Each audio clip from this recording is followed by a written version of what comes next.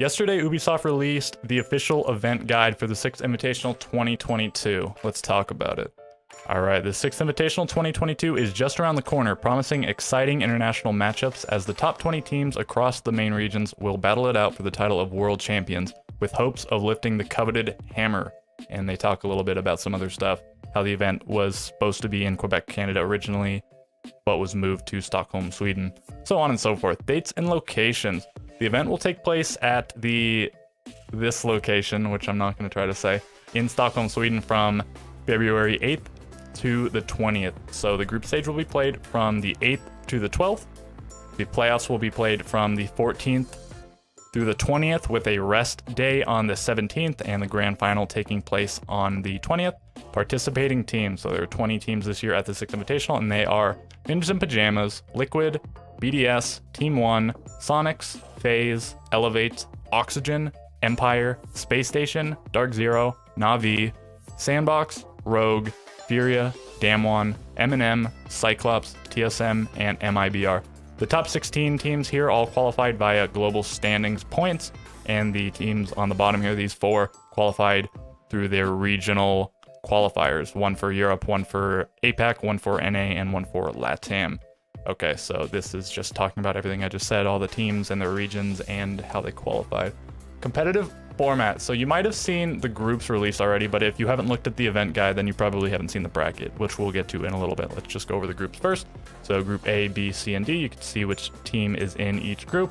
Each group has no more than 2 teams from any given region in it. The first group has 2 teams from Europe. The second group has 2 teams from LATAM. The third group has 2 teams from North America. And the fourth group has 2 teams from LATAM. You might be wondering why there are 2 groups with 2 teams from LATAM and no groups with 2 teams from APAC. That is because there are 6 teams from LATAM at the 6th Invitational this year. There are 5 from North America, 5 from Europe, and 4 from APAC. And why are there more from LATAM than the other regions? Why have they effectively taken a spot from APAC? That is just how the global standing system panned out. And it makes sense because LATAM has been by far the best region, so it makes sense that they have the most representatives. Okay, so let's take a look at first the point distribution. Okay, so 3 points for a 2-0 win, 2 points for a 2-1 win, 1 point for a 1-2 loss, and 0 points for an 0-2 loss. And if you were not aware, this might be a little bit surprising. The entire group stage will be best of 3s. There'll be no best of 1s at the event, which is really cool to see. I believe this is the first time they've ever done best of 3 round robin in pools. They've done best of 3s in pools before, but it was like a little mini bracket sort of thing. And I believe this is also the first time when it matters whether or not you drop a map or win a map. If drop a map if you win a map if you lose. So this is similar to the best of 1 scoring system they normally do, where if you win in regulation, you get 3 points. If you win in overtime, you get 2 points. If you win, or rather, if you lose in overtime, you get 1 point. And if you lose in regulation, you get 0 points. But now it is 3 points for a 2-0 and the other ones that I read out. So now it is going to be more important to win every single map, even though you're playing best of 3s, or to not drop any maps, I suppose. Because if you are still winning your best of 3s, but you're winning them 2-1 versus another team in your group is winning theirs 2-0, they will have an edge over you. Okay, so these are the matches for the group stage. There are 40 in total. 20 of them are pictured here. This is Stream A, and I'll show Stream B in just a second. Okay, so the 8th, 9th, 10th, 11th, and 12th, all 5 of these days will have 4 matches each on each stream, so 8 matches per day. Some that really stand out to me just on first glance: BDS versus Furia. These guys have played each other quite a lot throughout the year. In terms of inter-regional matchups, it might be the most played, probably one of the most played, if not the most. BDS usually wins, but Furia have won a non-zero number of maps. It might only be 1, I don't exactly recall. Other than that, Team 1 versus Damwon should be good. Damwon coming in as the strongest looking APAC team, I'd say, and Team 1 coming in as one of the stronger, I don't know, I wouldn't say the strongest, but one of the stronger LATAM teams, given that they've won one of the majors throughout the year, with Ninjas in Pajamas winning the 6th Invitational, Team 1 winning Mexico Major, and FaZe winning Sweden, so being one of the champions. But they didn't keep up their result in the most recent major, the Sweden Major, so they fell off slightly. They still did well. So these are probably 2 of the stronger teams in the event going head to head. Again, Damwon being the top APAC team, Team 1 being one of the top teams from the top region, I should say. And other than that, Ninja Pajamas versus Empire and Liquid versus Space Station, I think, are the other two that really stand out as really top tier teams going against each other. Space Station being, I mean, you have to say the strongest looking NA team in terms of international performance at the two majors. So if we're including SI, which the last SI, which was about 9 months ago, Space Station did struggle, and TSM and Oxygen did pretty well, but that was a long time ago, a good amount of time ago.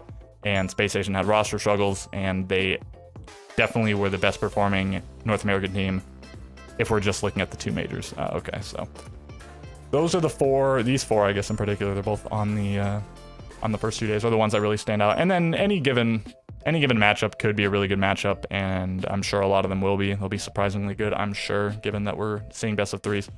And we'll move on to Stream B in 1 second, but let me just say the times shown here are Central European time. So this begins at 9 a.m., the pre-show, and then the matches should be starting at 10 a.m. on each day. If you are on Eastern time, this would be, the matches would be starting at 4 a.m. If you are on Pacific time, they start at 1 a.m. So, I mean, if you live in the United States or anywhere in the same time zones as them, you know, Canada, Latin America, whatever, I mean, good luck watching these early matches. You're gonna have to get up mad early, or maybe that's your regular schedule, who's to really say. So probably I'll be missing some of the early ones, and if there's any that I really want to watch, I'll have to rewatch them. And well, just it is what it is. Moving on to the Bravo stream. Okay, so same thing. The times they'll be running in tandem on different streams. The matches that stand out to me here: FaZe versus Space Station, BDS versus TSM. And maybe that's it, because a lot of the other teams are either unknown quantities or hard to evaluate for certain reasons. Like, again, TSM and Oxygen were the two best performing North American teams at the previous 6 Invitational, but since then it's hard to quantify their success internationally because each of them only went to one of the two majors, and at both of those, neither of them played with their starting lineup, their actual 5 players. So TSM, Oxygen are hard to evaluate there. Either of them could perform. Maybe Dark Zero, maybe Sonics. I did want to mention the Sonics versus Empire game, the very first game of the Bravo stream. Sonics have struggled internationally, even though they've been to both of the majors. In terms of NA teams, them and Dark Zero and Space Station went to both of the majors, and I think overall Sonics did the most poorly of the 3 teams. They got knocked out in group both times. A little bit of an improvement. They got 4th place in their group at Mexico Major and 3rd place in their group at Sweden Major, but maybe a little bit of a freebie because the other team in their group was missing one of their players. They didn't get to play with their starting 5 either, Invictus, if I remember right. So, okay, if they can do well against Empire, who are, I mean, one of the best teams in the world, top 2, one of the 2 best teams from Europe along with BDS, if we're evaluating just international success throughout the year, it's really tough to say which one. They had identical placings at 6 Invitational, and then one of them did better at Mexico, the other one did better at Sweden, and in terms of head-to-head, Empire beat BDS at Mexico, right? So it's tough to say which one is better in terms of, if you take into account regional performance, probably BDS, but I don't know. Empire is just really good on LAN, a little bit less good on online, even though they do really well on online. Online sometimes. Okay, so if Sonics can do pretty well versus Empire or even beat them, I'll have high hopes for them going forward. But if they just get trounced here, then, well, things are perhaps looking quite grim. All right, let's move on to talk about the bracket. So this is not my first attempt to record this video. Each time I sort of fumble the bag on the bracket. I'm just gonna read this out, this in particular, because it's sort of hard to explain. There's a lot of moving parts here, and I don't want to mess anything up. So I'll show the bracket after I finish reading this. So the playoffs will be a double elimination bracket with best of 3 matches. Teams qualifying for the playoffs will be placed in the bracket based on their seeding in the group stage as follows. First placed team in each group qualifies to the second round of the playoff upper bracket. So the top 3 teams from each group will go to the upper bracket, and the first place team gets a bye effectively. So the teams that will rank second in each group will qualify to the first round of the playoff upper bracket. They will get to pick their opponent amongst the 3rd place finishers from any group other than their own. So they get to pick who they're playing against. They cannot pick somebody from their own group. How do they determine the pick order? Let's see. The pick order will be determined by comparing the score of all second place finishers. Among the second place finishers, the team that ranks the highest chooses first, and so on. If 2 second place finishers are tied in number of points, they will be seeded following the tiebreaker rules outlined in the competition's rulebook. I don't know if they've released this rulebook. Maybe it's viewable somewhere, but I'm assuming the tiebreaker metrics take into account round count and win percentage, most importantly. Round count probably first. Okay. And then the 4th place team goes into the first round of the playoff lower bracket. So if you get 4th place in your group, you still make it out of your group, but you're automatically seeded into the losers bracket. So you do not get that extra light that the other 3 teams are. And then of course the 5th place team not mentioned here, they are eliminated from the tournament. The winners of each match will advance within their bracket, with the loser of a match in the lower bracket being eliminated from the competition. The grand final of the 6th Invitational 2022 will take place on February 20th in a best of 5 format with no map advantage to crown the world champions. So there is no advantage for the team that goes into the grand final from the winner bracket, except for probably some sort of map pick advantage. Okay, so no map advantage, no loser team having to reset the bracket, none of that. So this is the visualization of that bracket. So once again, the top team from each group gets a bye. They don't have to play this first round. The 2nd and 3rd place teams will play against each other in some fashion picked by the 2nd seeded team from each group in a certain order that we just covered, and then the 4th place team from each group automatically seeded into the lower bracket, and they will play against the loser of team 2 and 3 from the respective area of the bracket. And right, so as you can see, the losers bracket has a lot more slots here. If you get 1st place in your group, you win here, and then you win here, and then you win here, and then you're in the grand final. So you have to, however many you play in the group stage, and then 1, 2, 3 wins, 4 wins, I suppose you could win the entire thing once you get in the bracket. Whereas if you're the 4th place team, you have to win 1, 2, 3, 4, 5, 6, 7 games. So a lot more. It's gonna be a lot more grueling once you get knocked in the losers bracket, as is the nature of a losers bracket in general. Okay, so a few other things to cover. If you're just interested in the competitive stuff for the event, I mean, you could probably tune out now. That's all there is to cover. Just a few extraneous details left at the end, though. Okay, so reveal panels on the 19th and the 20th. So at 4:30 p.m. Central European Time and on the 19th, and 5 p.m. Central European Time on the 20th, they will be revealing stuff. On the first day, it is the new season reveal, and on the second day, it is the Year 7 roadmap and updates on the future of the game and its esports scene. So you'll definitely want to tune in for all of this, I'm sure. Whether you're a casual or a competitive player, a lot of stuff going to be shown. I don't know when it takes place relative to the matches, because I don't think they released the schedule for the bracket just yet. So I'm assuming this is right before the grand final. That's how they used to do it, if I remember right.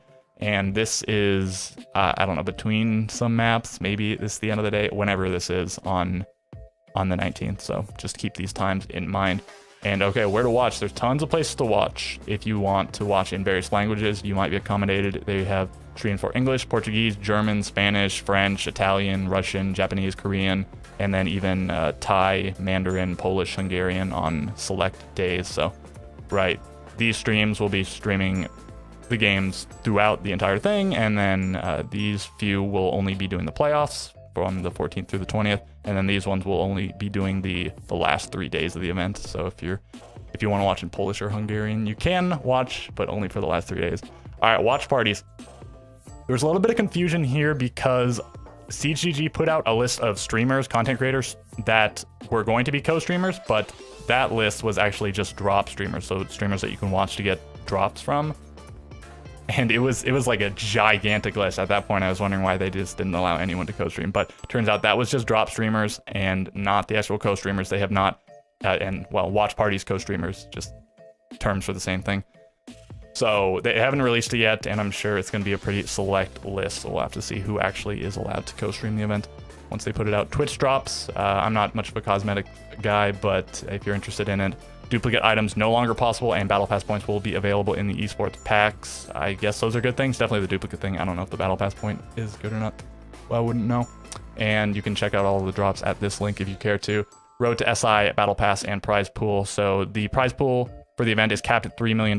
It got up to that in 2020. I think it got up to that in 2021. Not sure, but some of this is crowdfunding by selling the cosmetics and whatnot. So up to a $3 million cap. And I think, is it half of that Is it 1.5 million or 1 million that goes to the winner? I don't recall, but probably they'll hit the cap like they did in the past. Pro team bundles and weapon sales. So during the days of the Invitational, the 8th through the 20th, you can get a 20% discount on pro team bundles and weapon skins. So also cool if you're into that sort of thing. And then if you want real life cosmetics, they have official merchandising. So if you're into this, you know, this is a rendering, I guess. Right, so here are the actual images of the stuff. You can get mugs, water bottles, t-shirts, sweatshirts. What is this, like a scarf or something? Very cool. All right, show match. This is, I think this is the second to last thing. So there's gonna be a little bit of show match between Team NA and Team Europe. These are content creators from each region. So from Europe, we have Fast Ann, Jostrek, Jericho 5, Zyronic, and Carmelo. I don't know who some of these guys are, but I mean, I guess they're big content creators. And then show match North American team, Yo Boy Roy, Varsity Gaming, Paco, MG, Shark, Macy J, and King George. This is a funny picture. It's like so old. I don't know why they're using this. Okay, so if you're interested in watching some of your favorite content creators go head to head, this could be a good match. I don't know who some of these guys are. I think Zyronic's pretty good. And I have no idea if she's good at the game, but she's been on broadcasts and whatever for EU, so she's at least knowledgeable of the game. King George, former world champion, you know, should be copping the dub with ease. And my understanding is these guys are all like pretty good at the game, maybe if not at a pro level, at a decent level. So maybe Team NA is favored, but maybe I'm just unaware of the average skill level of Team Europe. Okay, so that's that. And then finally, health and safety protocol. I'll scroll through this slowly if you care to read it. It doesn't really apply to the viewers, but this is the health and safety protocols that will be followed by the players and event staff. If you're interested in reading any of this. Okay, I think that pretty well does it. I tried to check out if Ubisoft had any other information on their Twitter or anywhere else that wasn't in this, but I couldn't really find anything. So I guess in the future they'll put out the information for the schedule for the bracket matches. But besides that, I think we have pretty much everything we need to know for the event. I'll be doing probably in the next few days some sort of predictions, analysis, guessing, whatever it is for some of the teams. A little bit more coverage. And so I guess if you're interested in that, look forward to that. And with all that being said, I will catch you in the next video.